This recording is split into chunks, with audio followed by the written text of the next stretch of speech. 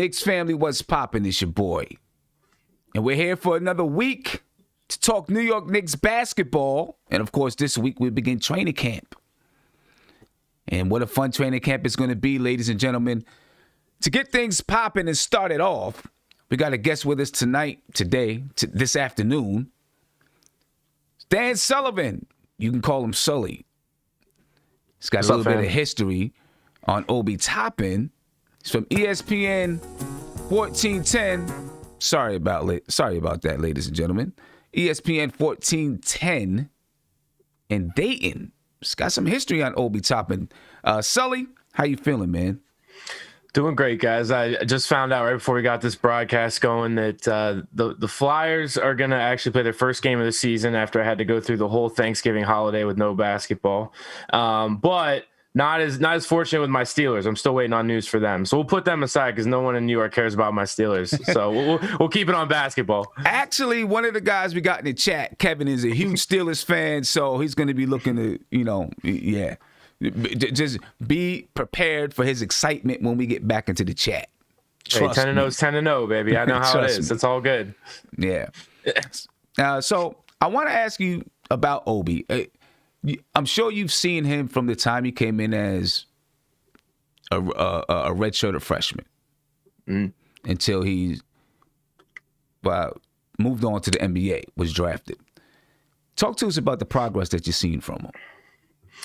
Yeah, I mean, it's so funny because it all happened. I'm sure you guys have heard this a million times, but it really did all happen so quickly, right? When he came into the program, no one really, I don't pay attention to recruiting myself, but when guys sign on with the program, I typically am like, all right, who's this guy? Where's he from? Why'd we get him? What can he bring to us long term? And Obi was one of those guys that just kind of got stashed on the roster. It was like, oh, he's going to go through a redshirt year. I believe when he got to school, he had to clear some things academically, so he needed the redshirt year anyways. Like, I think that even if he was ready to play, I don't think he was eligible academically. So with that in mind, we didn't really hear much from him that redshirt freshman year because, all you really get is the rumors out of practice.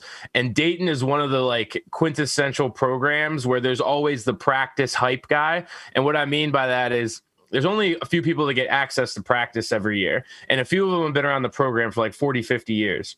So there's always one guy where they're like, oh, this dude has been killing it in practice. And everyone's like, all right, son, we'll see when he gets to the court. And Obi was that guy freshman year. It was like, oh, this guy is killing it in practice. He's working hard. He's outworking the guys that are in the lineup. And in Dayton, that kind of sounds like old man talk, right? You're like, all right, yeah, I've heard this story the last 20 seasons, okay? Right. But Obi actually was that guy. When he started to get time, his redshirt freshman year, when he started being on the roster, the ascension was so fast, right? And I think when we watch basketball, right, you as fans, we're always super critical, oh, his footwork, he's got to do this, that. He's got to face the basket a lot quicker in the post. All those little things that we like to dissect. Obi just started to do all of those things throughout the course of his first year. And then his second year was when he really got exceptional at all of those things. And honestly, the one thing that I can tell Knicks fans that maybe have not watched him at all is that he makes all of those fundamental things look very easy. He makes passing out of the block look very easy. He makes turning around with a man on his back and getting 2 points look very easy. And I remember when the season started and we blew through Maui and had that really good showing against Kansas, I remember a lot of people were asking us, how would you describe Obi Toppin? And the first thing I said was easy buckets. That was his whole sophomore year, was just easy bucket after easy bucket. So, I guess that's what Knicks fans want to hear, right? Easy buckets, yeah, but defense as well. Right? That's one of the things that I think a lot of Knicks fans are a little bit worried about is, he doesn't have a huge reputation coming out of Dayton as a defender. And will he be able to defend in the NBA? For sure. And I was on Knicks film school last week, and obviously that's kind of the question that I get from everybody, is around the defense. And what I told him was same thing I'll tell you guys, is that I didn't really notice it as such a hindrance of his game until I started doing these interviews with Knicks fans.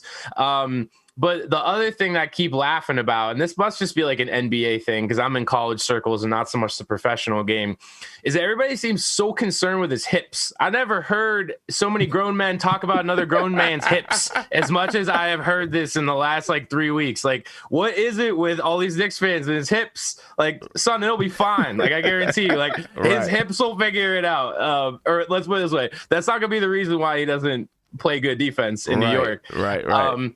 But, I mean, let's put it this way, fellas. I just went 5 minutes telling you about how his game has progressed, how all these little offensive things came together, how he just kept getting more intense, started working harder. So to assume that wouldn't happen on the defensive end of the floor really doesn't have any factual backing. It's kind of really naive to presume it would never get any better, right? Mm-hmm. So if I'm going to sit here and tell you guys, hey, he's gotten so much better each month, each week, each game that I've seen him, it stands to reason that the defense is going to come along. It'll probably just take time. But I mean, the other thing is you have the defensive coach in the league. I mean, that's what Tibbs is known for.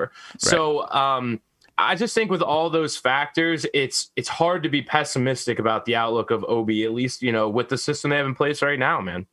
Yeah. Now, let me ask you, how many seniors were on the team last year at Dayton?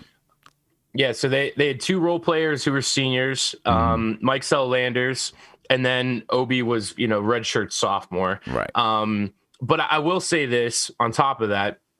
So Obi went to school and redshirted, and that was after he had a prep year after he got out of high school. Right. Then he had 2 years in college. So technically, he should have been a senior in college last year because he's 22 years old. So, yeah, they had 2 other seniors on the roster, and those guys have been with the program for a long time. So I like to say that they stirred the drink, but I'm good friends with one of them, Ryan Mikesell. He's on my podcast this coming week. And he'll be the first to tell you that going into the season, what made them so successful was that all the roles were established. Like, when you have like a flag football team and you're like, all right, son, like you're 350 pounds. Like you cannot be going out running routes. Like you're a lineman. There's always that big boy that's like, nah, man, like I can catch passes. And it's like, nah, son, like you have your role and I have my role, et cetera, et cetera. And that's what it was at Dayton last year. It was like, Obi's our star. And then we're the role players. We got the 2 guards up top. One guy's a defensive specialist. And that was why the drink stayed stirred all year was everybody knew their roles. Yeah. And the reason why I ask you that question is because we hear a lot about his age, right? He's 22 years old and he's a sophomore. And, people are like, oh, he's playing with 18, 19-year-old kids. I'm like, but he's not the only person in college that's 22 and playing basketball, right? So that's the reason why I asked you how many guys on the team were seniors. I think that people make too much of him being 22 and playing in college, playing with so-called kids. Now, I do understand when people say, well, he's a little bit older. Maybe he's already reached his ceiling. But from everything that I've heard, including you, not reached his ceiling, but it's closer to his ceiling. Sure. But everything that I've heard from people, including you, he has a ways to go. He's a hard worker, and he'll continue to pick up and develop and grow as a basketball player. But do you take anything from him being 22 years old and playing with younger players?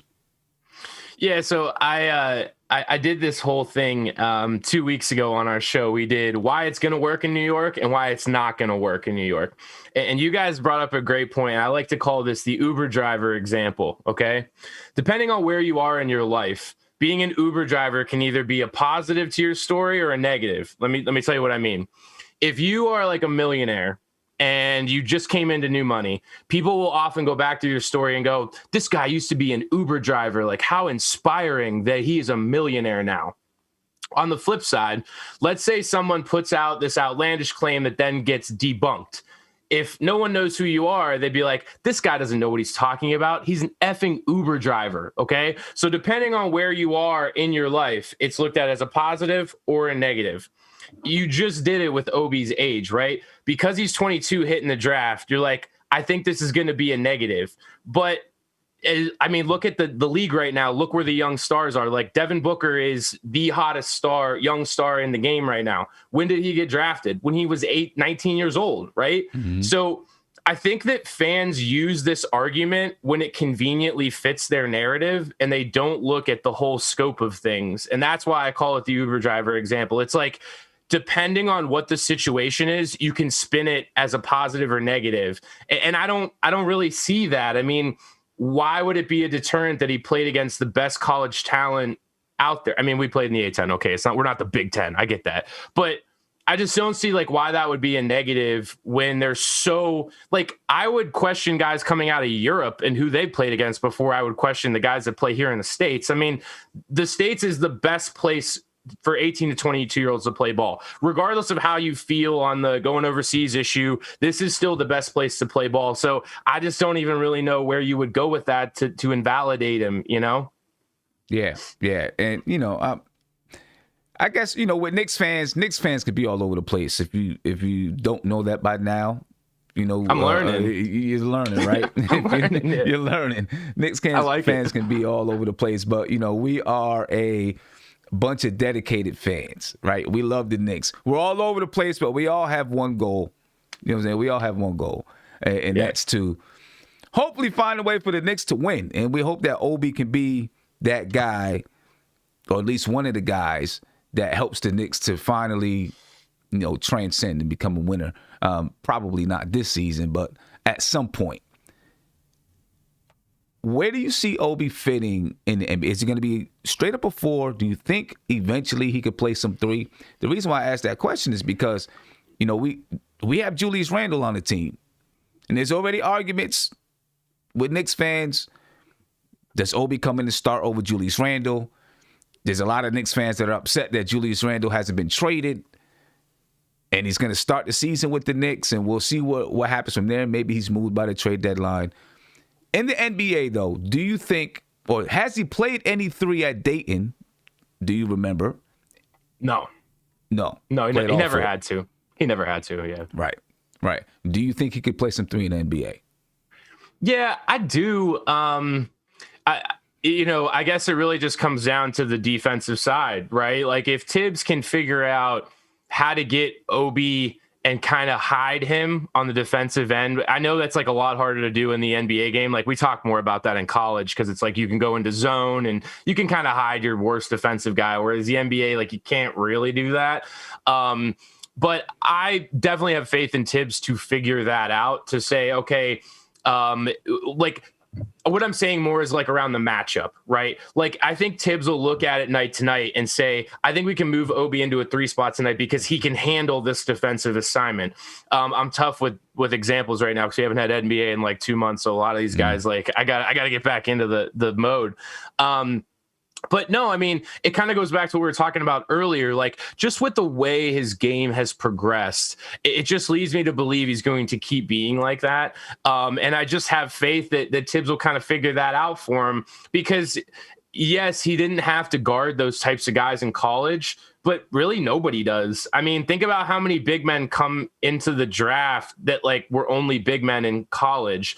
It's the same thing with the NFL. It's like sometimes when you're a lineman, like you're asked to do different schemes and things like that when you get drafted. I mean, I think it's just all a part of the process. And I think another thing what the Knicks have going for them is that they're building. Like they're not afraid to lose. They don't have to put Obi in week 1, night 1 and be like, we need contributions now. If not, your ass is back on the bench. Like I'm not really breaking news by saying you guys are probably going to win like what, 20 to 30 games, maybe 35 games max. Well, if we win 35 games, we'll be doing pretty good. Remember, the NBA is only 72 games, so 72 games. Oh, they cut it back now. Yeah, so we win 35 games.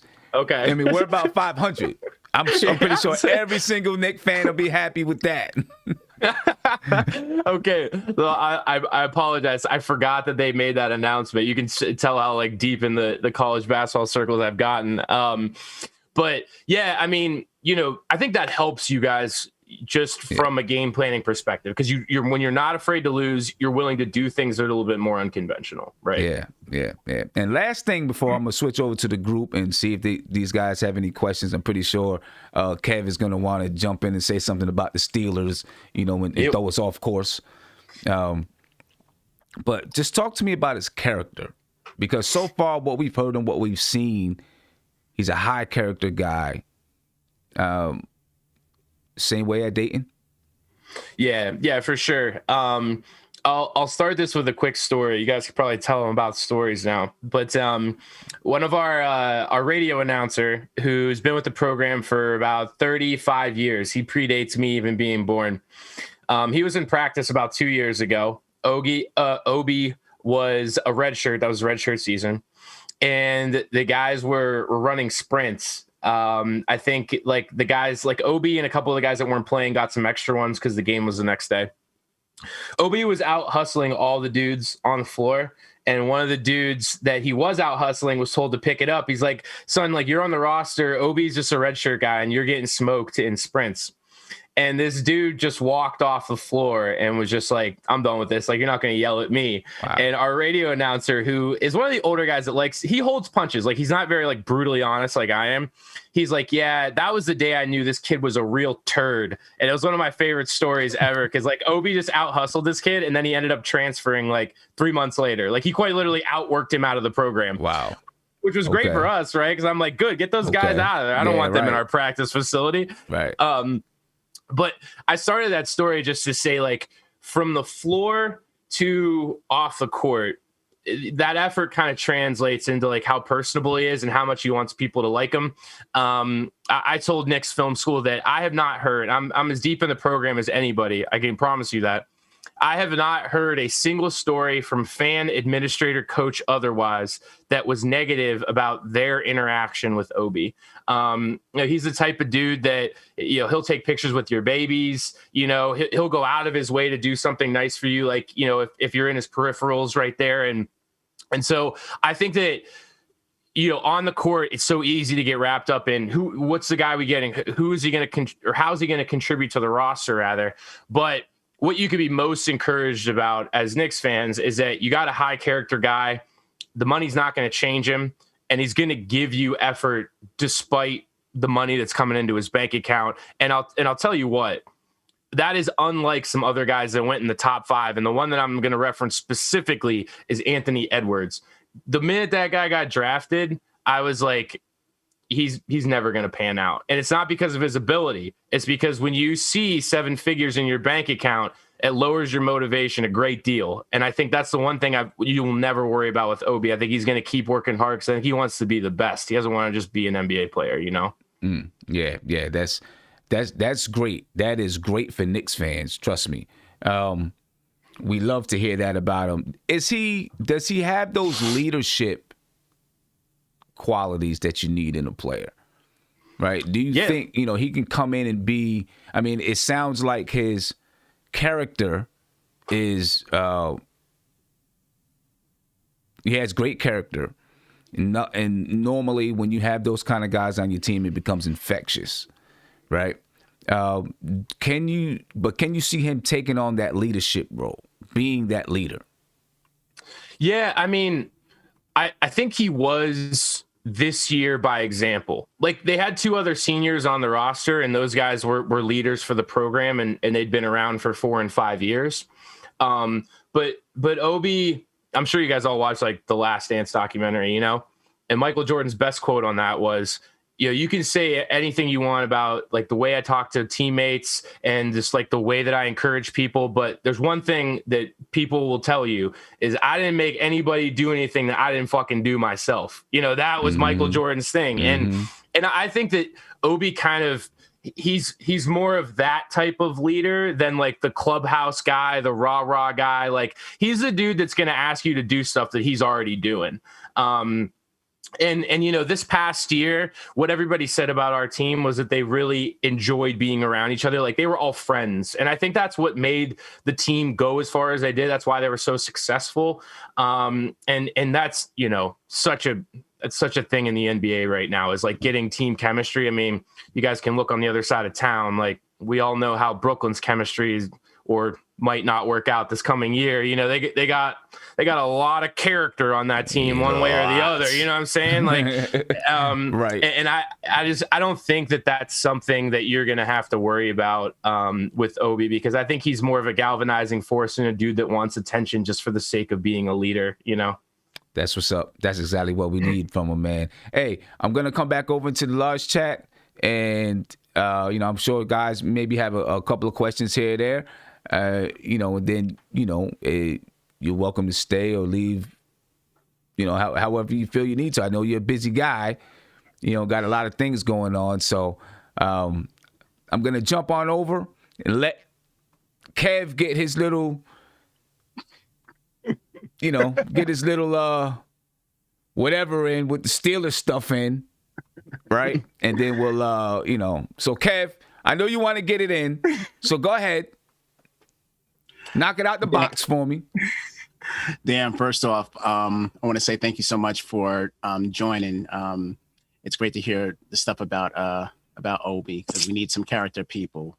And second thing is, I would hate for us to go all the way undefeated and then lose in the Super Bowl if we get there. So I think my heart can't take it. Let's focus on one thing at a time. Absolutely. I'm just looking at getting this Ravens game in, and then we could talk about how we're getting through the playoffs. You know what I mean? Absolutely. So I'll hit you up on Twitter on that. But one thing I want to ask you, you always hear the cliche of how the college game is totally different than the program, and how a guy could be great in college and it might not materialize in the NBA. Do you think that is just a cliche? And do you think Obi will exceed in the will be successful in the next level? Hell no, I don't think it's a cliche, and here's why it's not a cliche. I follow college basketball as closely as most. Like, the only people that follow it more than I do are like beat writers and guys that are in the national media, right? Every single year in the top 10 of the draft, there is at least 4 guys I have never heard of in my life. And the first one that came to mind this year, I'm going to look down the draft order. I've forgotten his name already because Patrick Williams with Florida State. I had no clue who that guy was. And it was like a 9-point scorer for Florida State. And every year I feel like I do this where I look at the draft and I'm like, how is that guy drafted top 10? The first one I ever remember was the Anthony Bennett pick for the Cavs. I remember I was like, UNLV? Like, what? Why did this guy get drafted? And I mean, that obviously ended up being like one of the biggest busts of the last 10 years, if not of all time. Yeah. But no, I don't think it's a cliche. But I will say, I think that a lot of those guys do get sifted out before the draft even happens. Like I do trust NBA scouts to kind of say, here's the body type that's going to work, here's what's not, because they have to be honest about it. They have to be forthcoming. And a great example right now is Luka Garza at Iowa. I mean, he is quite literally the best college player out there right now. He just scored like 40 points the other night against some scrub team. I don't even think he'll get drafted next year just because he's slow, and that kind of slowness on defense, like I said, you can hide that in the college game. Like, oh, just get down on the block. My dad used to say, just clog it up down there. You can still get away with that in college, but in the NBA, like if they see somebody like Luka Garza come in the game, you're getting spaced out. You're going to the 3-point line, and everybody's going to just be blowing right past you. Okay. So yeah, I mean, I was going to say, to finish up, like, I don't think it's a cliche. I just think it's a different skill set because the game's a little bit different. Okay. And one more thing, you mentioned earlier about how international players, what did you say about international players compared to the USA players? Well, I was just saying how, like, the United States is still the best, most competitive place to play if you're between 18 and 22. It's just a fact. Okay. All right. Thank you. Yeah. Here we go. Anybody else want to jump in? Got a question or two? Go ahead, Tom. I got about the Obi shooting. I could see that he is a proper stretch 4. Do you think his shooting will definitely translate over to the NBA? Yeah, I would say, like, if you had to nail down one thing that has been such obvious improvement in his game and stuff that he's worked on specifically, it's shooting. He really didn't shoot his first year. Like, it just wasn't his role, and they didn't ask him to do it. And then in year 2, you could see that like his confidence just was through the roof because he had worked on it in the offseason. And I don't have the stats up in front of me. I know he shot 39% from 3-point the year prior, this past season. I'm going to try and pull the stat up. But my point is just that was one thing where going into the season, I was like, just keep him on the block, just keep getting easy buckets. And by like game 3, you're like, oh, Obi's going to put up like 3 or 4 long balls a night, you know? And you know, when guys work on their game, that kind of stuff shows through. So let's see. His first year, he was 11 for 21, his freshman year, okay? So he shot 21 threes the entire year. This past season, he was 32 for 82. So he went from 11 to 82. So there you go. yeah, right. Exactly. He worked on it. And you know, when I watched him play, well, you know, when I watched highlights, let me say that. When I watched highlights, I watched a couple of full games. I mean, he shot it from NBA range easy. Oh, yeah, that's not a problem. You know, and he knocked it down from NBA range easy. So I think the only difference, Joe, in my opinion, would be the quickness in which players might close out on him. Yeah. Right? For sure. You know, will it impact, you know, if he launches it a little bit earlier or, you know, whatever, you know, could be the case. I think that'll be the biggest difference that he'll have to make adjustments to with his shot. You know? Yeah, I guess to get it off quicker because you're not Right. going to have as much open space in the NBA. Right. Yeah. Right. Yeah, I agree. I agree, for sure. Yeah, go ahead, Tony. What was your thoughts of watching him after his first full season? Did you think he could come out? Did you think he had potential to be as good as the following year? No. Simply put, like, I really didn't.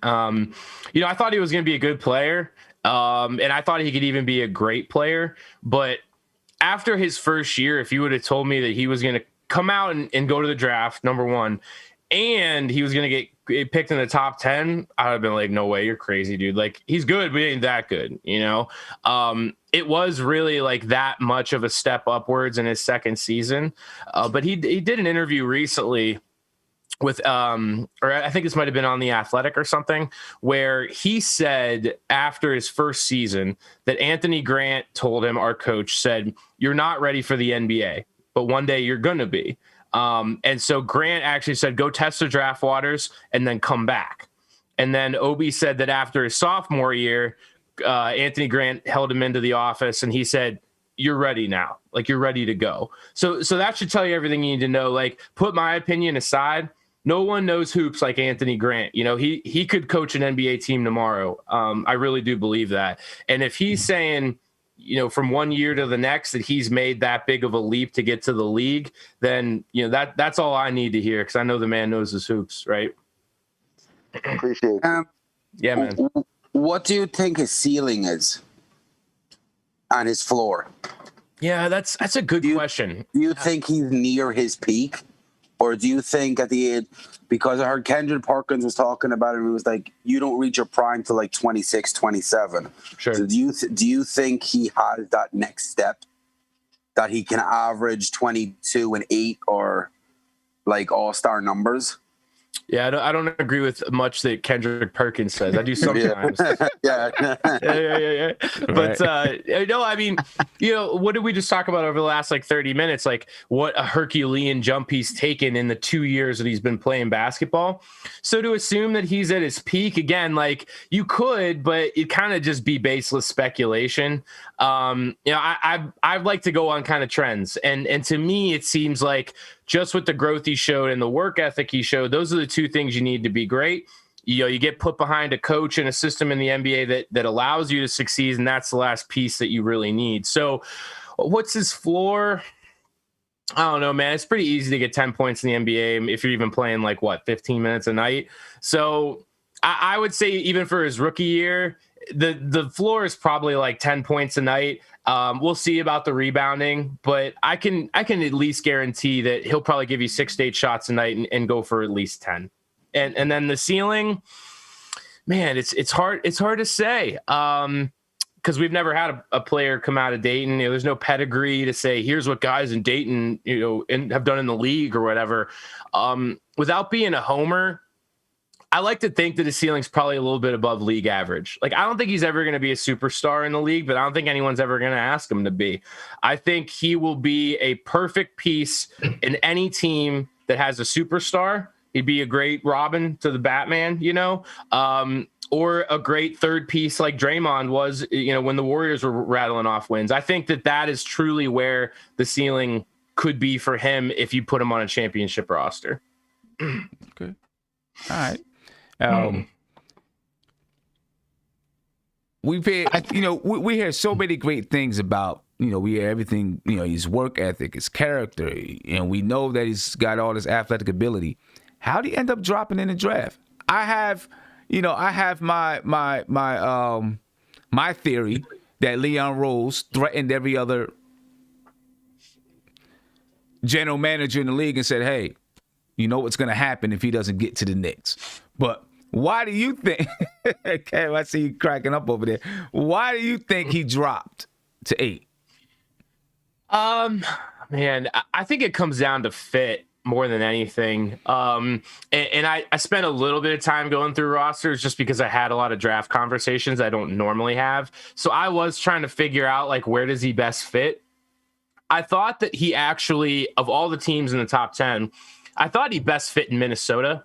But I also was not naive enough to believe Minnesota was going to gamble on the number 1 pick with him, right? Because he was a consensus top 10. But I think the overwhelming sentiment in circles in the NBA was that if you took him at number 1, you were reaching because there was probably a better player to take. Now, looking at the Timberwolves draft, like, again, I would have ran away from Anthony Edwards kicking and screaming once I learned about how motivated he is to play basketball. Like, and he was like, oh, yeah, like, I'd rather play football, but, like, my heart's in basketball. And I'm like, bro, no, it's not. Like, you don't just say something like that and then go, yeah, my heart's in basketball. Like, no, it's not. Your heart's into making money. And frankly, a lot of these guys that get to the league, they get to the league because someone told them they were really good at basketball growing up, and then they just kept doing it. Andre Drummond's like that. Andre Drummond doesn't even like being a basketball player, but he's 7 foot tall, and someone told him he was good at it when he was in high school. And now look at him. He's made what? $100 million in the NBA? Yeah. It's something ridiculous. It's like, why would you walk away from the game, right? But yeah, I think that he dropped because of the fit. And then, you look down, like, once Wiseman to the Warriors, I think was always done. I think he was always going to go to the Warriors once those chips fell.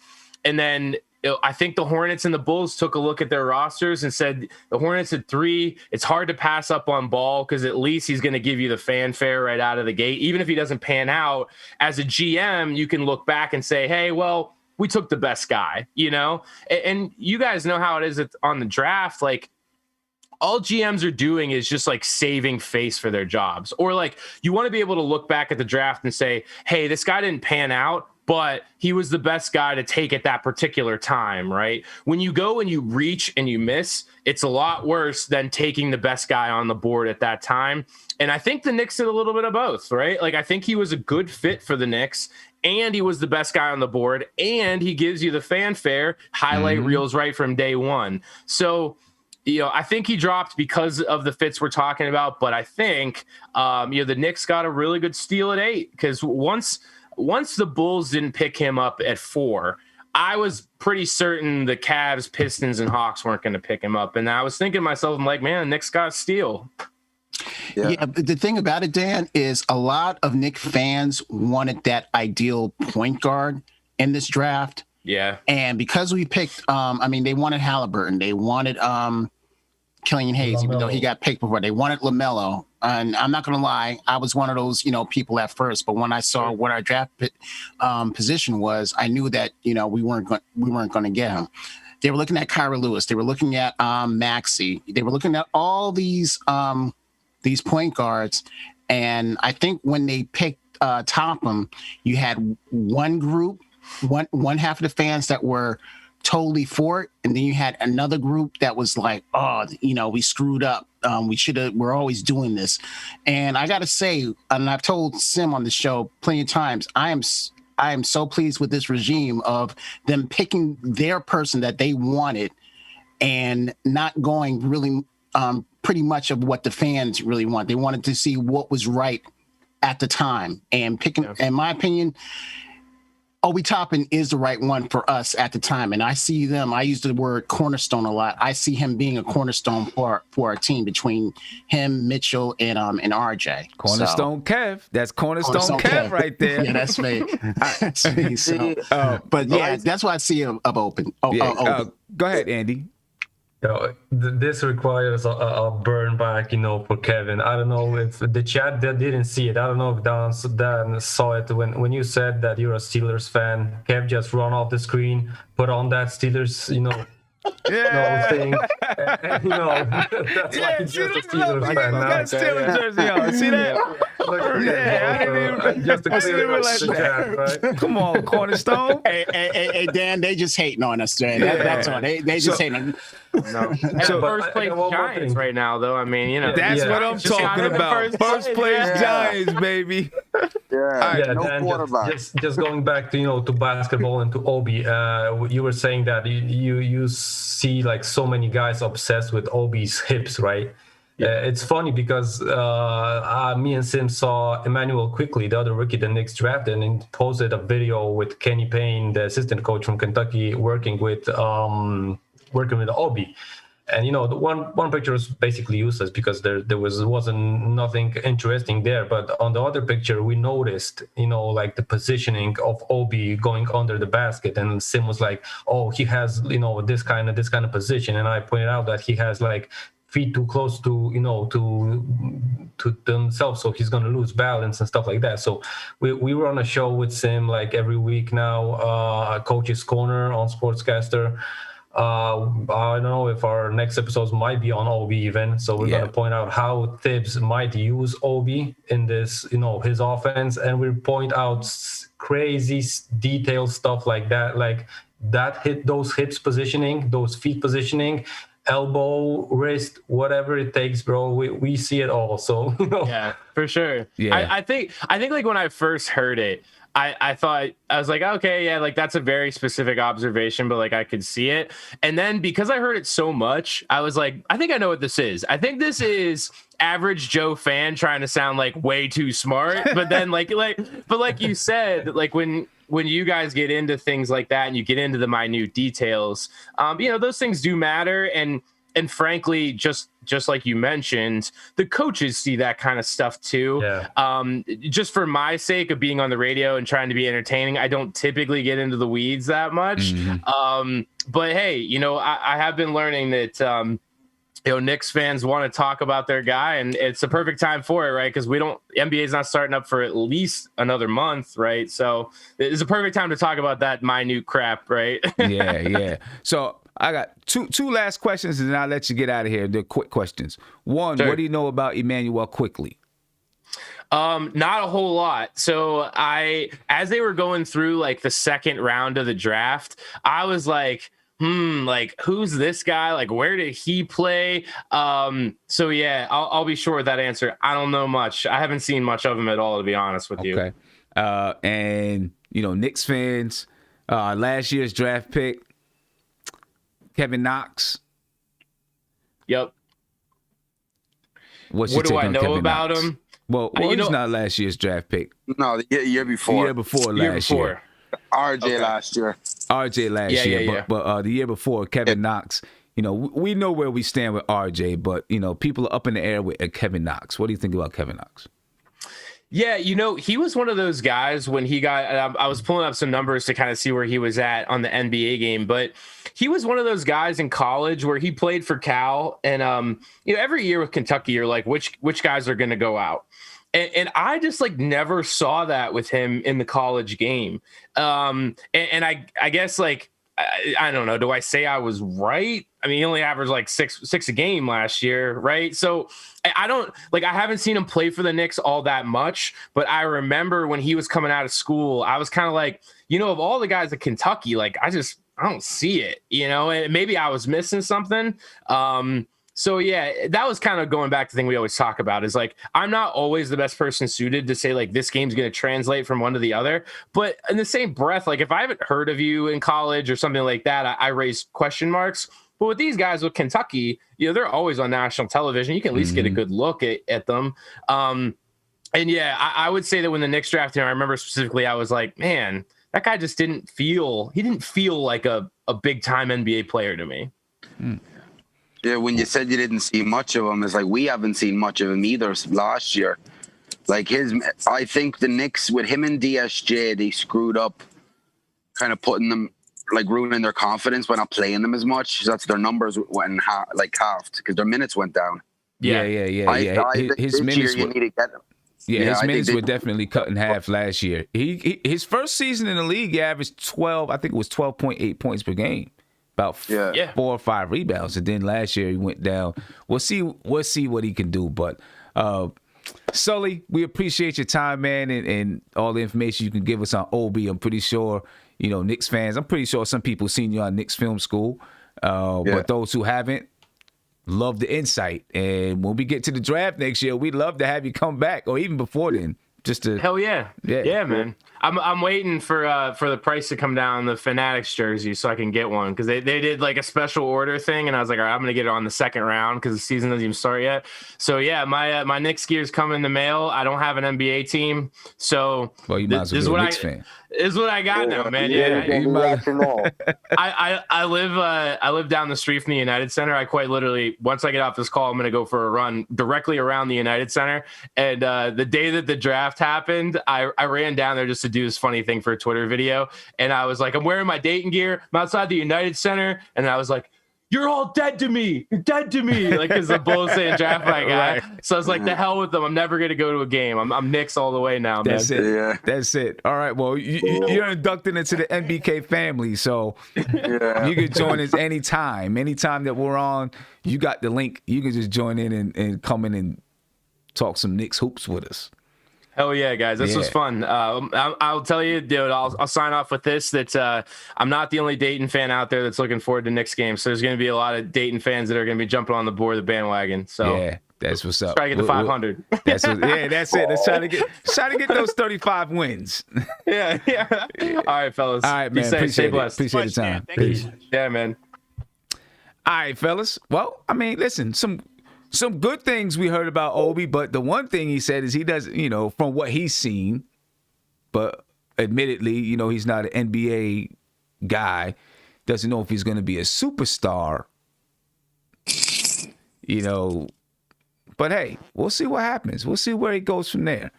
I always thought with Obi because of, I still focus on that footwork. I'm just a big footwork person. Because of where I see him now at 22 years old and a sophomore, I always felt like with his talent, he is going to come in high and then level off a little bit. That's what I've always thought. We'll see. Maybe he has that work ethic where, he changes a lot of stuff. I don't know. Hey, Sim, do you think he has good footwork offensively, though? I feel like even offensively, he could be lighter on his feet. Andy was just talking about it. We had the picture on Twitter. One picture, right? One picture. Just. One picture on one picture on Twitter where we saw Kenny Payne working with him, right? And he was making sure that Obi kept his feet at least shoulder width length. Right, shoulder length apart. Spread out. Yeah. Right, spread out. Because if you go back and you look at some of his video, highlights, when he steps to the basket and then he pivots, he powers up off of 2 feet, but his feet are really close together. Right, which means you have less of a base. You have less of a strength in your base. Yeah, you know what I'm saying? Less balance, right? So now, as you're powering up, you're providing on your upper body strength, to stop you from getting knocked off balance and this and that. Plus, you can't really, you're not able to throw that pump fake if you need to, or if you do throw a pump fake, you can easily get knocked off your feet because you're not really on balance. Kenny Payne, from what we saw, what it looked like is that he was working on him with some of those balance issues. Coming off your feet with a wide base when you power up, some of those type of things. That's going to be important. That's going to be important with those and ones, right? When he's going to, catch that rebound, pump fake, and then, catch the foul and then try to, put it on. And he also off balance really fast. He's not going to make that, he's going to get the 2-3 free throws, right? But we want him to do the and one. He also needs to get into the gym and put muscle on his legs because he's very like chicken legs. You know what though? I mean, for some people, it just may not happen for him. I don't know, because that's part of the reason why he can jump so high. If you pay attention to guys who can really jump, they don't have they got skinny legs. Wide calves, right? Their calves are very skinny, right? And those are the guys that can jump. That's part of the reason why he's able to jump. If he strengthens his legs too much, his calves at least, he may lose some of that hopping ability. But see, the thing is, I want muscle on his legs because of injuries. You see guys with small legs and stuff, like if they land awkward with injuries. Yeah, I think what you would want to see is, his thighs, right?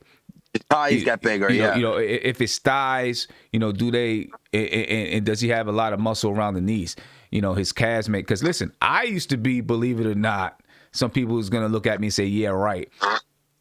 I was able to catch an oop and dunk backwards, which way you wanted me to do it. I had very, very skinny legs, right? Really skinny legs. Now, I got calf muscles and I can't jump at all anymore. Oh, I can still jump. I can still grab the rim, but I can't dunk it. I don't know. Kev over there is over there cracking up. What's so funny, Kev? I'm serious. Kev probably thinking about the Isaiah video when he was, come on, Kev, pushing out that, thinking about that, Isaiah video in the calves. Yeah. Isaiah has calves like wider than his head, and he ain't jumping. We saw that. Obi just looks like Michelin Man.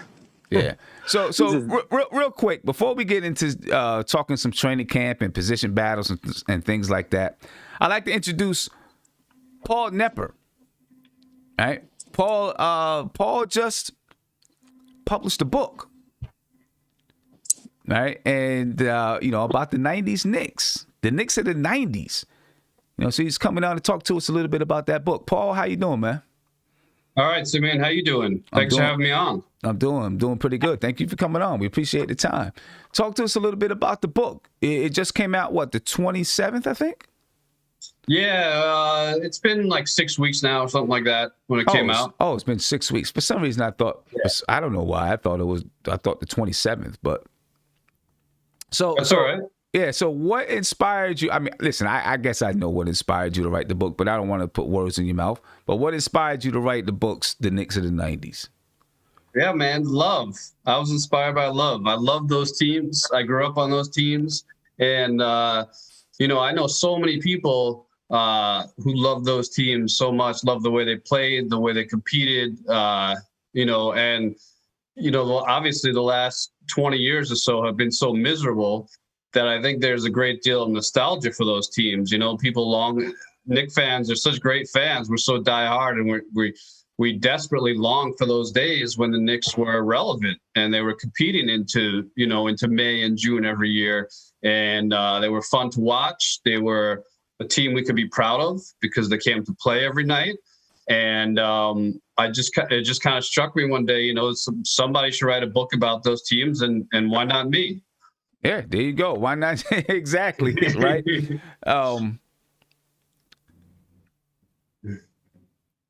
Do you think, just look, we got Tom Coughlin on the team now, well, as the coach now, right? Can Tom Coughlin bring back those at least that feel? Not, obviously the players got to do it, but Tom Coughlin. Can he help to bring back that feel of the 90s, you know, that hard work, that defensive mentality. What do you think? I mean, he was there in the 90s. Well, yeah, he was there in the 90s. Exactly. I mean, Thibs was there in the 90s. He had Jeff Van Gundy told me Thibodeau had an expression about those 90s teams, may get outplayed but never outworked. And so I think that's a start, right? To get back to that mentality of defense, but just professionalism and leaving it all out on the floor and competing on every night. And that's especially with a young team like we have right now. We need to set that tone and set that example of, look, this is how you play in the NBA. This is how you win in the NBA. I think Tibbs can bring that back. Yeah, absolutely. But they got to get him the players. Yeah, and listen, guys, I know I made a mistake and said Tom Coughlin. That's okay. I said Tom Coughlin. I know. Kev, it's not that. It can't be that funny. It can't be that funny. Can't be that funny. But you know, I was thinking about the Giants. The Giants are in first place too, Kev. No quarterback. So now what? We're still in first place. Still in first place. But did you have to go back? I mean, I'm pretty sure you've been a Knicks fan for a while. Did you have to go back and do tons of research to write this book, or how did it go down? Yeah, I did do tons of research. I mean, a lot of that. Some of those things were crystal clear in my head. I remember it like it was yesterday. But a lot of it is, some of the details are hazy. You're going back. The start of the book is, about 30 years ago now. So some of those details are a little hazy. And then, through the research process, you learn a lot of things that you never knew, and you gain a lot of new information about that stuff. So, I read thousands and thousands of articles and any podcast I could get my hands on that those guys did. Lots of books from that time period, and then of course I interviewed close to 100 people for the book. So a lot of research. Okay. Anything in the books that we might find surprising? Some things I think the kind of the Xavier McDaniel thing, how he ended up leaving. I think a lot of people have a misperception about that, and so the story of how he left, I found interesting. A lot of details about the Riley breakup with the Knicks and how that came about. Some stuff about Starks in '94. I got a great story about that. The day of the 1994 Game 7 NBA Finals, when of course Starks shot 2 for 18. Riley hung out that day with a good friend of his named Dick Butera. They spent their day in Riley's hotel room at the Ritz-Carlton in Houston, just hanging out. And they're getting ready to head to the arena and waited for the elevator in the hotel. And Riley turns to his buddy Dick and he says, "Well, buddy, I know 3 guys who are going to show up tonight. Me, you, and John," meaning John Starks. Riley was that confident and that sure in Starks that he was the one guy he knew for sure was going to show up that night. And, of course, he shot 2 for 18. So that story I couldn't believe he said that. Sheesh. And then there's some good fights, fights in practice, some good Oakley stories, of course. I got a lot of good Oak stuff in there. Yeah, I can imagine. Man, see, that brings back some painful memories when you talk about, jeez. Even over Patrick, he knew Starks was going to show up. Even over Patrick? Even over Patrick, yeah. Even over Starks Patrick. was his guy. Starks, wow. I think that shows you too why, part of why he kept him in there when he was shooting brick after brick. He believed in him that much. Right. Wow. Well, I'm definitely gonna get the book. Tell us where we can find the book, and then we're gonna go on. We're gonna talk some training camp stuff, and you can, welcome to stay on with us. So where can we find it?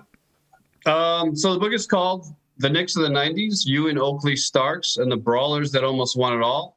You can find it on Amazon, Barnes & Noble, really any place that sells books.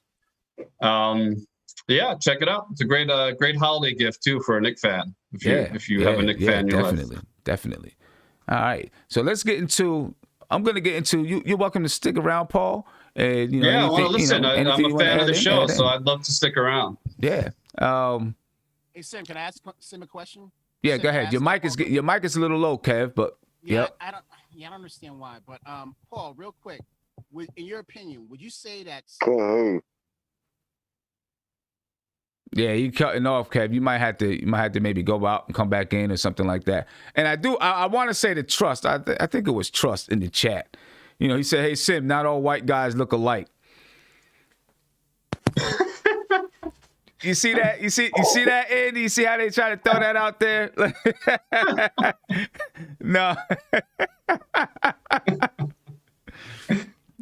Listen, man, I was talking about Tom. I said Tom Coughlin because Tom Thibodeau reminds me of Tom Coughlin. And he's going to bring the Knicks back. They're similar mentality, disciplinarians, tough. Exactly. He's going to bring the Knicks back. But let's take a look at this training camp roster now, and I want to hear from you guys. Are you disappointed? Are you happy with it? All right. Actually, before we even do that, though, let's talk a little bit about just what's going to happen in training camp, what training camp looks like in preseason and everything. You guys can see the preseason schedule floating around down at the bottom of the screen. But when we talk about the schedule, so right now, I think starting tomorrow and for the remainder of the week, guys can do individual workouts, and I think they can't have no more than, what is it, Andy? 4 guys working out at one time. Yeah, right. Plus media day. Plus media. Plus this is media week as well. Right. Plus it's media week, and then next week they'll begin group workouts where they can work out, with their teams. So they get 1 week of group workouts, and then on December 11th, they play their first games. They begin preseason games. I think they play preseason games for about 9 days, and then they move right into the regular season. All right, so that's what it's gonna look like. Then there's a bunch of different rules, for the regular season. I think they're only gonna do half of the schedule. They're only gonna give us half of the schedule, and then at a certain point, they'll give us the other half of the schedule. A very, very unorthodox season. This is. It's gonna be weird. A little bit weird, right? Weird kind of a season, but I'm just glad to have basketball back. Even if it's weird, I just want to have basketball back, right? But that's what training camp is going to look like for this season. All right, let's take a look at our training camp roster for this year, and then I want to know what you guys think about the roster. All right, of course, we have our guys that are coming back. You got RJ Barrett coming back, and there's a lot of question about the guy that I'm going to bring up next, and we'll start having some, we'll talk about him. We're going to circle back around to RJ Barrett, but I want to talk about Ignaz Brazdeikis first, right? Because he's on the roster. We got RJ Barrett, Ignaz Brazdeikis, Reggie Bullock, Alec Burks, Jacob Evans. You got Jared Harper, who is on a 2-way contract. You got Michael Kidd-Gilchrist, who was just picked up by the Knicks. And Kev, got mad and blasted me because I posted a picture with his funny-looking shot. And Kev was like, again, he's the cornerstone of our defense. So, so he's just blasting me with that. He's the cornerstone of the defense. You got Kevin Knox on the team. You got Nerlens Noel, new signee Nerlens Noel, Frank Ntilikina, Elfrid Payton, which a lot of people are going crazy about, Theo Pinson. You got Miles Powell. We don't have a picture up there of him. You got Emmanuel Quickly, Julius Randle, another guy everybody's going crazy about, Austin Rivers, Mitchell Robinson, Dennis Smith Jr., Omari Spellman, and new draft pick, and hopefully the new star of the Knicks, Obi Toppin. that's our training camp roster, and the Knicks are going to have to get this down to about 15 players, right? They're at 20 players right now. We know two of the guys are going to be on they're going to be on two-way contracts. Now, if the NBA does decide that, hey, we'll allow you to keep 17 players, then they don't have to get rid of it. They have to get rid of one guy if that happens, right? 2 players are on training camp.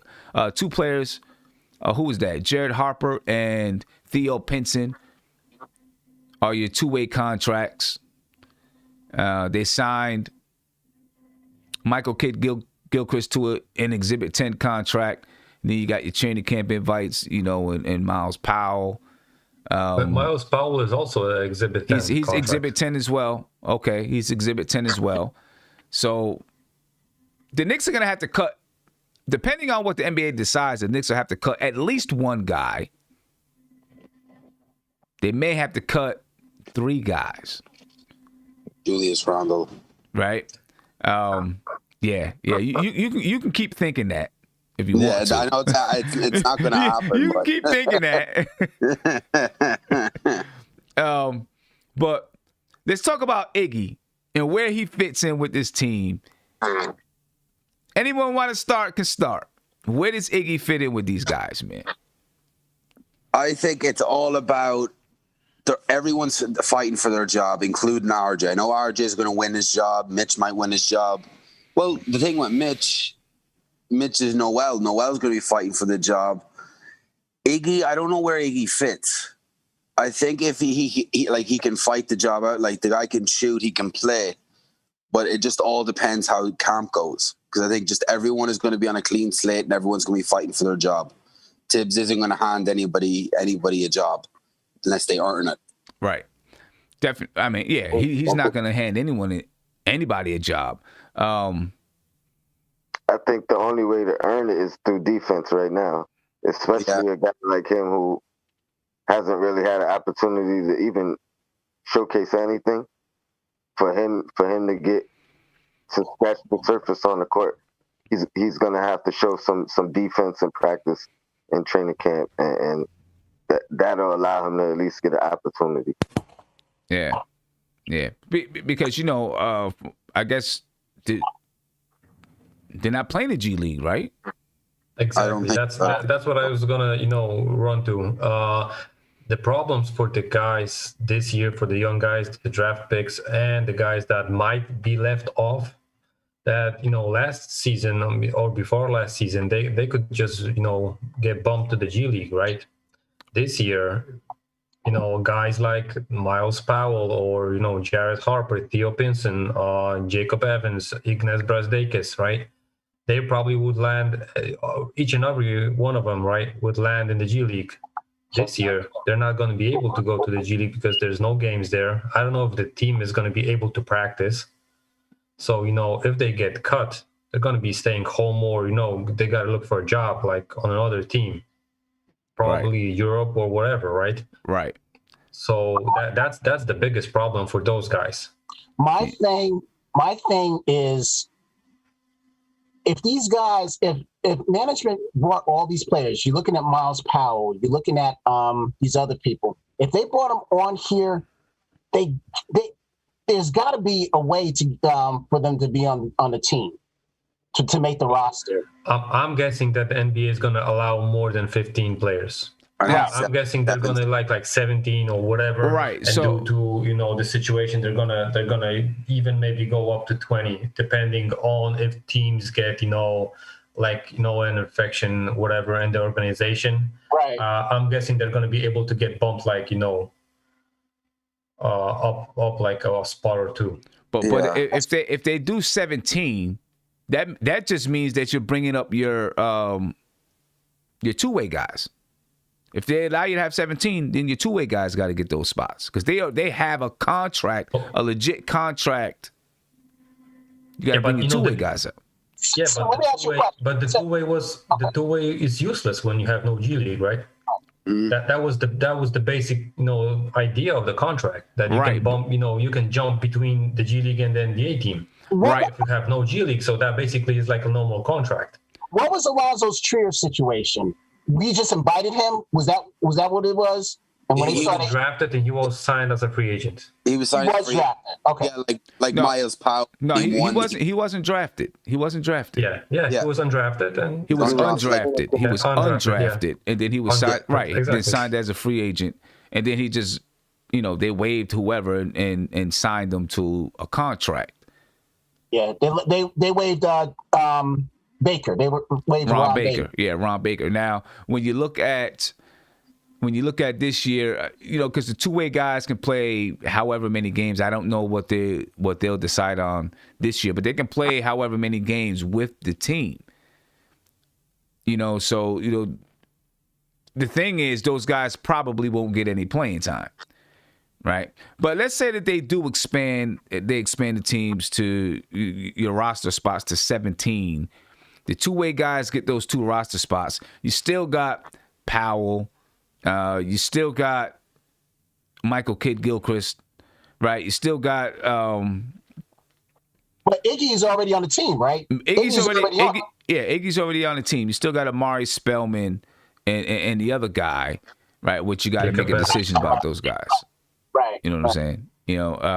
Jacob Evans. Yeah, Jacob. Right, Jacob Evans. Exactly. You got to make a decision about Jacob Evans. So that's where, there's going to be some tough battles down, below that, the last 15. And Iggy, when you look at some of the guys that are there, Iggy could be in trouble because although he's young, Amari Spellman is young, Jacob Evans is also young, right? And these guys are coming from programs, they spent time with the Golden State Warriors, something a little bit more organized, a little bit more stable. Maybe they have some things that they can bring to the team that someone like Iggy doesn't bring to the team. I don't know, but I'm a little afraid for Iggy. Yeah, that's why I'm upset with Fizdale and Miller and that whole crew that they didn't even the management not bringing him up from the G League. I think he should have been playing. I'm not saying starting, of course, but he should have been playing on the on the roster instead of being down there in the G League. That's my opinion. But what if he wasn't good enough? Well, if he wasn't good enough, then it would have been easier to, for him to be part of a trade package or something like that. He should have. We don't know we know what he could do in the G League, but we don't know what he could have done. I'll call it the varsity. We didn't know what he could do in the varsity. My only thing is you see him in practice. You know what I'm saying? Yeah. He practiced with the team. He practiced with them. So there had to be something where they said he needs work. Well, then why did we? All right. Yeah. Well, what was you gonna say? What position he's gonna end up playing too? Yeah, what I was gonna say was if it's all that, then why did we draft him? If he knew that he wasn't going to get any time, why did we draft him? Because he's a second. We had a second-round draft pick. Yeah, well, I know he was a second-round draft pick, but still, we traded up to get him. Exactly. Exactly. He was RJ's bro from exactly. Canada. That's it. That's the thing right there. Well, then he's RJ's guy. They played youth ball together. Then that would be bad management on them for doing it that way because he's his guy. Okay, this management team just did the same exact thing. Yeah, Leon Rose just did the same thing. Exactly. That's what I'm saying. That's why I'm saying if that's the case. But see, the thing about it is, I've seen Miles play. He could play. So could Iggy. Iggy played in college too. Okay, he was good. So again, what I'm saying is he should have been playing. He should have been playing. Over who? Yeah. Over who? Question. Over who? Yeah. Mo Harkless. He should have been playing over Mo Harkless. Okay. All right. Thank you. Okay. That's my Jerry. That's my brother, man. Okay. That's why Joe could bail me out. We're sitting here and debating about the roster, about a deep roster, but it's like, what trash are we keeping and what trash are we getting rid of? Because it's all like we're talking about a deep roster, but we have nothing. We've garbage. So it's literally what garbage are we keeping, what garbage is going. Okay. I'll tell you one thing with Iggy. If they're going to cut him, he's gonna find job in Europe because he has Lithuanian roots and stuff like that. He was born in Kaunas, which is a huge city with basketball traditions. Half of his family was playing professional basketball. Right. So I mean, he's listen, gonna have and you know why? Because also in Europe, a team in Europe has limits for out of European players, right? Okay. So he would fit under that limit. So you can have like a good player out of, let's say, out of Europe, right? But he would be playing as your own European player. So I'm guessing he would easily find a job in the in Europe. Yeah, just because of that. Job in the NBA. There's going to be some competition for him to deal with, right? Especially if Tom Thibodeau wants to bring keep guys that are playing defense, because I think that's the biggest question about him. Can he defend, right? And when you got Michael Kidd-Gilchrist, I don't know if he's going to make the roster, but we'll talk about that. You got someone like him. He's going up against Amari Spellman. The reason why Amari Spellman could be very valuable is because if Julius Randle does get traded at the deadline, then you're going to need another power forward. Michael Kidd-Gilchrist can play power forward as well, right? Amari Spellman has to get in shape, though. Yeah. The thing about Spellman is I find him valuable because he's on a cheap contract and he can shoot. Okay. That's the thing. You could play him and Obi together because he can shoot. That's the one thing why Randall's the odd man out is because of shooting. But he's got to get in shape before he even thinks about touching the floor. Yeah. I don't care how much you can shoot. If you can't get on the floor because you're not in shape, then you're not valuable.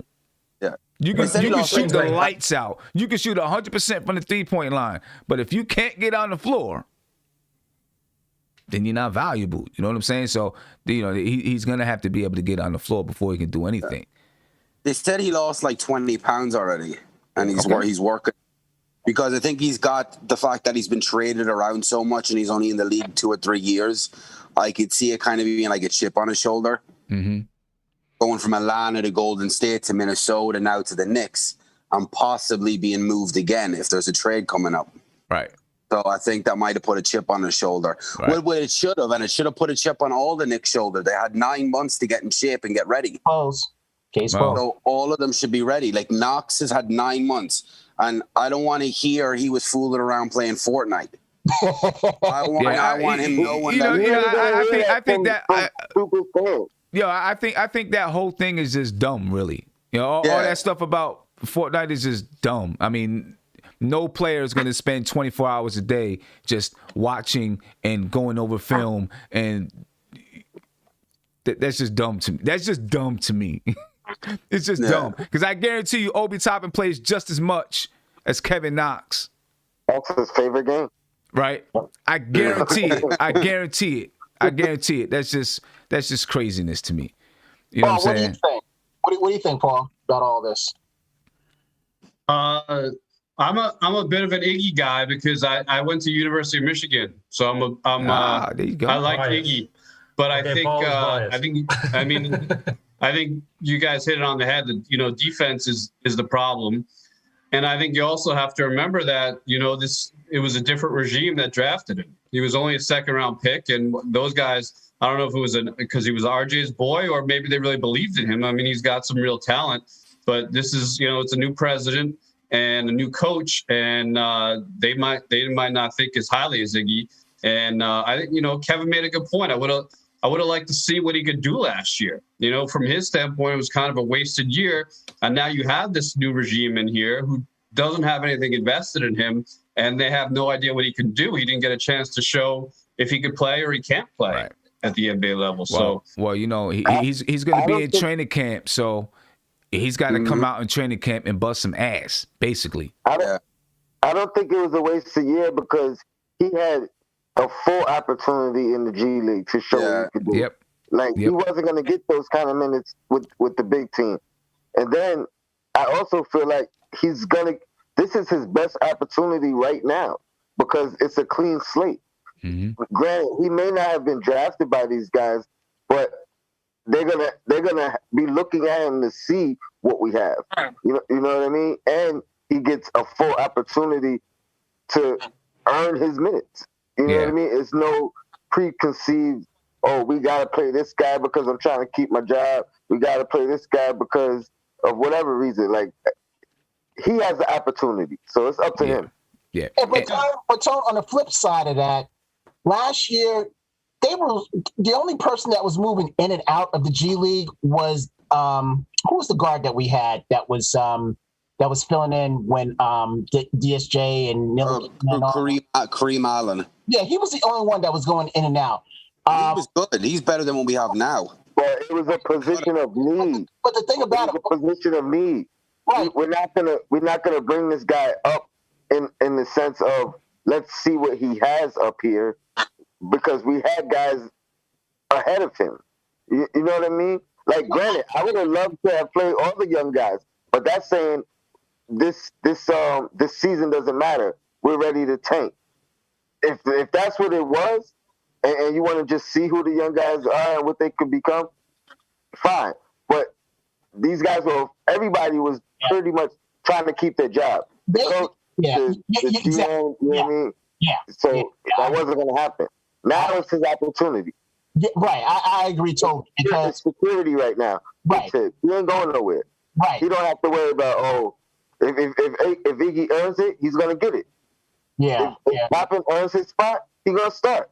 Like, everybody has an equal opportunity, I feel like, right now. Yeah, I agree totally. But what I was saying on the flip side with that was, you had Kenny Wooten. You had the other point guard that was down there. That was that was a lot of shot. Yeah.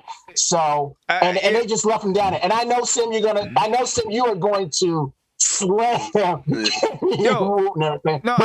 Because they let him go. The thing is, I just feel like sometimes as fans we just overrate our guys.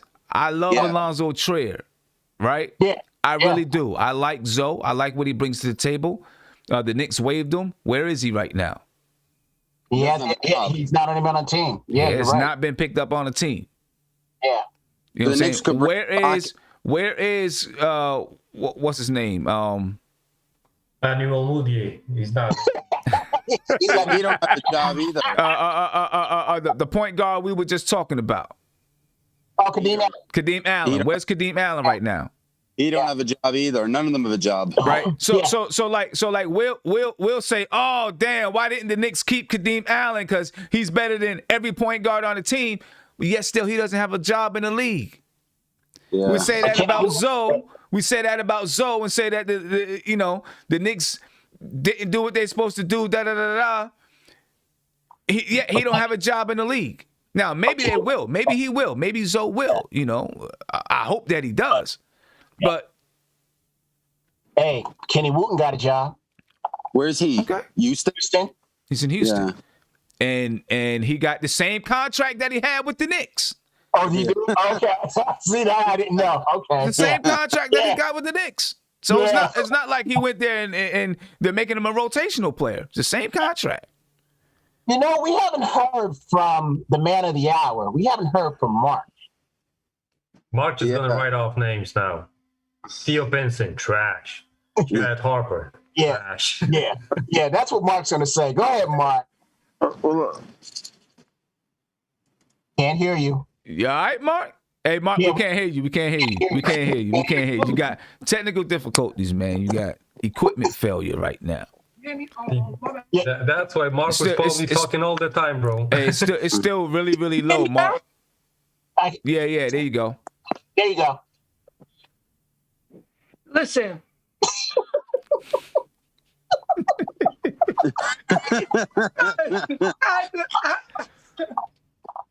I couldn't hold it in too long. Can we find Brandon Knight that's lost in the auditorium, lost and found box, and bring another Kentucky player? Why is Michael Gilchrist on this team? What? Hold up, wait. He's not on the team. He's got a training camp invite. He's not on the team. He's got a training camp invite. So let me wait a minute. Hold up, Mark. You gotta get yourself together, man. You didn't know that Nerlens Noel was signed. You didn't know that the Knicks signed Noel. Now you didn't know that Michael Kidd-Gilchrist had a training camp invite.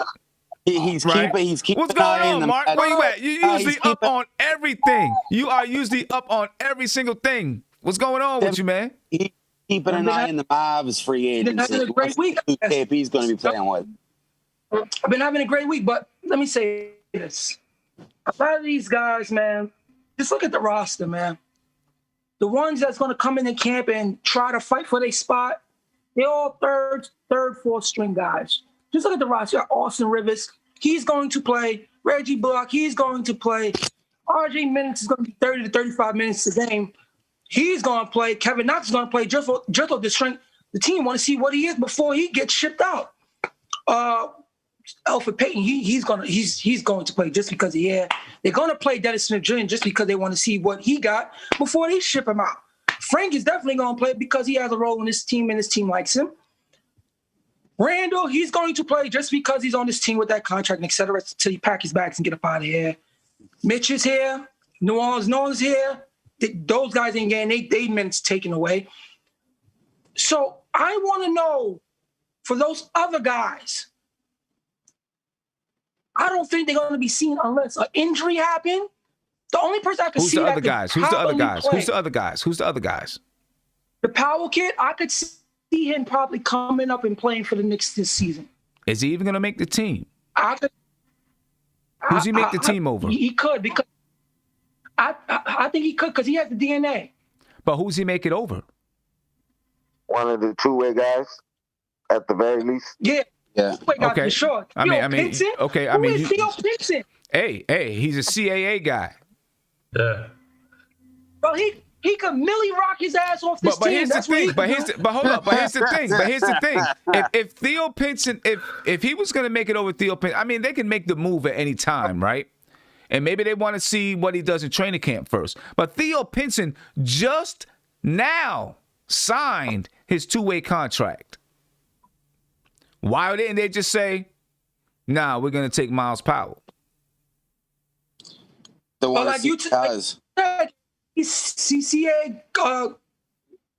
He's on the roster that the organization. So I guess, they probably like him. They like him. Listen. Yeah, he's going to get a cut from his salary soon. That's why. He's going to have money for dinner at least. I mean, I just don't know what Miles Powell, if he doesn't get one of those two-way contracts, all right, I don't know what Miles Powell, unless Iggy, yes, he got invited, but you can only keep 15 guys on your team. Well, and is it Iggy already has a contract. Is it possible they're going to add at least two more players? We'll see. But if they add two more players, if they put your roster up to 17, then the question is, does that mean you got to add your two-way guys, or do you bring it up to 17 plus you can still add your two-way guys to that 17 to make it 19? That's the question. We don't know. But assuming that it stays the way it is, who's he get the roster spot over? Let me ask you a question, because is the Knicks done dealing and willing? That's what I want to know. Is the roster going to training camp next week, or are they done making moves? I think this roster is going into training camp. I think this roster is going. Hold on. We don't know. I'm sorry. Hold on, one at a time. I think this roster is going into training camp. That's what I think. I think it's going into training camp. Go ahead, Andy. Yeah, I was going to say the same thing. These are the guys that are going to go to the camp. We don't know what's going to happen before the season starts, but these are the guys that's going to, they're going to be on the training facility. We're looking like we still have Ronda, we still have 18 million. They haven't hit the floor yet. So are they holding on to that money for a move? Because that's what it looks to seem like, because they have to spend the money. So if this was the roster, they would have gave the guys more money because they have to spend it. Well, they don't have to spend their money right now. As long as they do it before the end of the season. Is that when it is? Yeah, as long as it's before the end of the season. So they don't have to do it right now. Oh, okay. I thought it was they're going to use that around deadline time, where there's going to be a contract that a team doesn't like after signing a player, And then that's when you collapse on the team. Give me a first round pick and that player's contract. So they're going to leave that $18 million. As long as they spend $98 million, no, is it $90 million or $98 million? As long as they spend that, they don't have to spend the rest of the money until the end of the season. But they're going to use that money. They're going to keep it open just in case there's a contract player that a team signed through this offseason that they do not want anymore because he didn't pan out for that team. And they're going to end up giving us a first-round pick going into next year's draft. But this roster, to me, if they're going to stay as it is, those guys that came up to try and get a spot, I don't see it happening because a lot of guys on this team need the minutes, and the Knicks need to see what they can do to see if they could move forward with these guys for the future. So yeah, I agree. Let's not overhype these other guys, please. I agree. I don't see where Michael Kidd-Gilchrist gets a spot. I don't see where Miles. I don't see where Miles Powell. Kev said that. Kev said he's the cornerstone of the defense. No. Wait a minute. Wait, time out. Kevin. Wait a minute. Mark, I never said that. He's messing with me. No. Hey, what did you say in that tweet? I just said he played defense. That was it. Listen, I was thinking that his shooting form is like he's throwing rocks somewhere. Yeah, he put in up gang signs. Hold on. One at a time. I only said what I said because Tibbs is a defensive coach. Woodson is a defensive coach. That's all I was saying. You just saying. Everything that you described about Michael Kidd-Gilchrist in that tweet sounded like a cornerstone player of the defense. He is not. Sound like you was interested in a player like that. He is far from it. But let's ask Paul. Paul, do you like the moves that was that management did as far as the players that we got? Man, I mean, I don't love the players we got, but I'm okay. I'm okay with the offseason because I don't think there were great options available.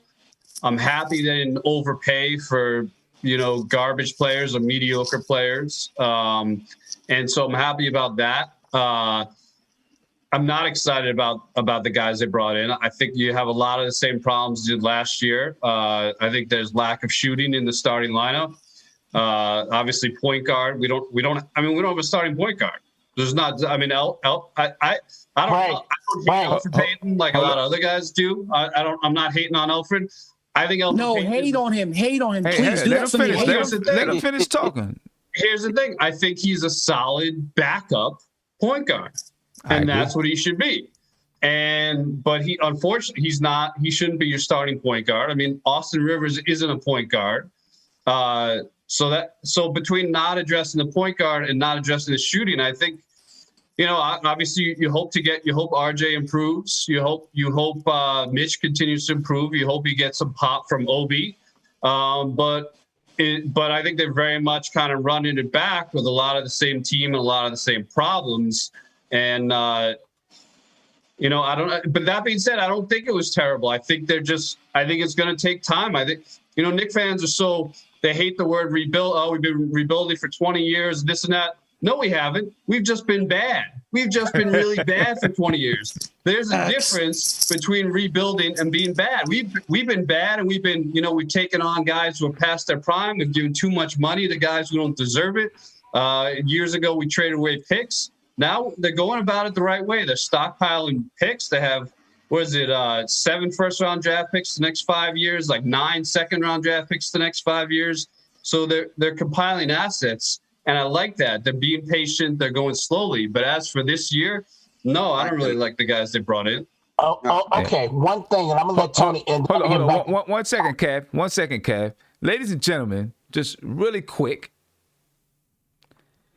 This is Kev's defensive cornerstone. Besides Mitch. Besides Mitch. Expose him. Let's take a look at this, ladies and gentlemen. And there it is. And there he is. What Look a at him. jump Look shot. at I this. don't. What is? Can't see it. Where is it? I can't see it. What? We don't see it. I don't know what he's doing. Yo, Kevin, you really made my day worse. I don't know. I don't know. I don't know. What is he We doing? can't see it. We can't see it. We can't see it. I know it's pictures. Yeah. They can see it. Look at that. What is he Yeah, doing? He's throwing up gang signs. I don't know what's Yo, up. that don't make sense, man. That is Kevin's defensive cornerstone. It's not. Paul, I don't know what they're talking about. That is Kev's defensive cornerstone right there, ladies and Yo, gentlemen. honestly, Kevin, I did not call him a cornerstone. Kevin, The only cornerstones I called was Mitch, RJ, now Toppin, and I'll talk to you about Frank in a minute. But Frank, those are the only 4 I called cornerstones. That is there's nothing positive coming from this. Nothing positive. My comment to this shot is like, you know, those gyms when you have 6 baskets and 4 are like on the side of the main court. It's like taking a shot on that side basket, bro.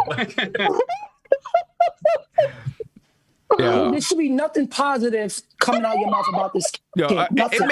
It's like I don't even know how he. I don't know how he can make a. I don't know what his jump shot percentage is, right? But how can he make a jump shot like that? That's just Who taught bad. him to shoot like that? I have no clue. Yo, your parents didn't like you. Whoever trained you didn't like you, bro. I hope that There's no way. He couldn't recognize himself that something wrong with my shot, yo. I hope that his agent calls Abdul Rauf or something. No, Sim, it ain't no helping that, bro. Ain't no helping that. But hang up faster than He's been shooting like that for so long. I don't think you can do anything with it. I don't know. That's how a kid shoots when they can't get the strength to shoot the ball in the hoop. That's only that's Sim, rough. only way he fixes that jump shot, you gotta break both of his hands, bro. It's real. You made Kevin Martin's shot look better than this, bro. And Kevin Martin's shot was funky too. That's more than funky. Real quick, Paul. Why don't you? I heard you talking about the point guards, but you haven't mentioned Frank Ntilikina. Why? I don't think he's a point guard. I like Frank. I do. I think he's a great defender. I think he's intelligent. I think he moves the ball well, but he's not he's certainly not a pick and roll type point guard that's going to really drive to the basket and put pressure on a defense. And I think that's what they need. So I like Frank. Maybe he plays a little at point guard, but I don't think ultimately I think he's more of a kind of a wing defender. I don't see him as a point guard. But you do think that he has a role on his team then, right? I do. Yeah. Okay. Yeah. All right. Okay. So ladies and gentlemen, before we finish that, we're heading over to Sportscaster. All right. To finish the rest of the show, we're going to talk about position battles as we enter into training camp. But before we do so, I'm putting a link in the YouTube chat right now, and I'm going to pin it so that you can join us over there. All right. We're heading over there in about 5 minutes, ladies and gentlemen. Okay. We'll be there for about another, 25 minutes or so, talking about position battles. We're going to go down each position and figure who we think is going to win that battle. All right. But before we do that, did you guys see Nate? Listen, oh my God. Let me say something real quick. I'm gonna get a heart attack. I don't know that kid. I don't know him. Oh, come on, man. Come on, man. You can't do him like that. You can't do him like that. Sing. He had the blue and orange. But normally when you're done, good, it takes years. I believe he was, Andy, correct me if I'm wrong, he was an amateur fighter. Yeah. Right? An amateur fighter, which I know a lot of amateur fighters, and they train every single day. Right? He's an amateur fighter who decided he wasn't going to make it as a pro. So I'll go ahead and, I'm just going to. So no, Okay. no. He's not an amateur fighter like one of those guys that breed boxing that was doing it from young. Andy, talk to me. Andy, talk to me, please. Yeah, Mark, I think he is actually. No, I really bro. think he is. No, this dude, hold on. This dude, bro, this dude is famous for doing YouTube, and he's famous from being an actor in Disney. Yes. He But was there not- are Yes, he is that. But he also did amateur boxing. He's only doing it about 2 or 3 years. His first That's what fight I'm saying. knocked out by another YouTuber. It's not like he was doing his whole life. That's different. I can understand someone losing someone like that. But still, bro, he he was can. an amateur boxer. Yes, What'd you say? he only had 2 pro fights. 2 pro fights, and amateur and who pro was the are different. pros? Who was the pros? Professional fight is when you get paid to fight. Yeah. Yeah. With Nate Robinson and the other YouTuber. Prior to that, he was an amateur boxer. Bro, listen. No, he got paid his last fight against a guy called KSI that does These guys FIFA games on the But Xbox. you guys not understand. You got a pro fight. yes, that is I considered a understand pro he's an fight, bro. Yeah, I but both of understand them, he's it an was amateur both of fighter, them. but I don't consider him in that amateur fighting class. He's a little, Right, but you're not lower than understanding. that. You're not understanding what I'm saying. You're not understanding what I'm saying. He's trained, regardless of the class that you put him in. He is trained. Nate Robinson was not trained to fight. Well, he should have had the wherewithal and IQ to not get in the ring with someone that You're has right. better hands than you. Okay? You're right. Sometimes in life, you don't. And Nate Robinson jumped in the pool to fight him. The other dude wasn't seeking him. So in that case, you did that to yourself, and you on that island alone, bro. And make sure you take up those colors. Make sure whatever colors you have in your house that represents the New York, because what he did was embarrassing. This was embarrassing. And I'm going to say, and I hope he sees this. He don't care. He ain't thinking of Nate. No, Wear those colors again, because that was just pitiful. And now you're a meme for years and years. You're a permanent ban. You're a permanent ban. right. And you know the And Knicks for Clicks media was just waiting for it. yeah. And he's, I'm trying to figure out what you guys are talking about, because he's actually 2-0 right now. So I'm trying to figure out what he has. I think it's his brother Logan Paul got beat by the dude KSI. Yeah, that's what it was. Logan got beat by KSI, and then he went and fought Logan. Come on, man. Y'all got to get the facts right. You can't come in with fake I don't care. facts. I'm not having I don't even know who this dude is. Y'all can't come in with comedians. alternative facts, man. Listen. Even if I'm not letting a comedian off YouTube beat me up. That's just me. Okay, That's just me, bro. you stuck on that. Anyway, guys, that's in YouTube. Everybody in the chat agree with me. Come on over to Sportscaster. All right, we're gonna finish this up on Sportscaster. We're gonna talk about the roster, and we've been talking about the roster. We're gonna talk about position battles for the next 15 minutes or so. All right, so come on over. Again, the link is pinned at the top of the chat. It is also in the description of this video. All right, so come on over to Sportscaster as we continue this show. Nate Robinson, man. That was disgusting, Sam. It was you painful. should not. You should listen. You should think like me. It was painful watching him go down like that. Son, he can't really go around NBA players and act tough now. He can't do that. He's a lot. Lord Jesus. Anyway, join us over on Sportscaster, ladies and gentlemen. YouTube, we are signing off. Peace.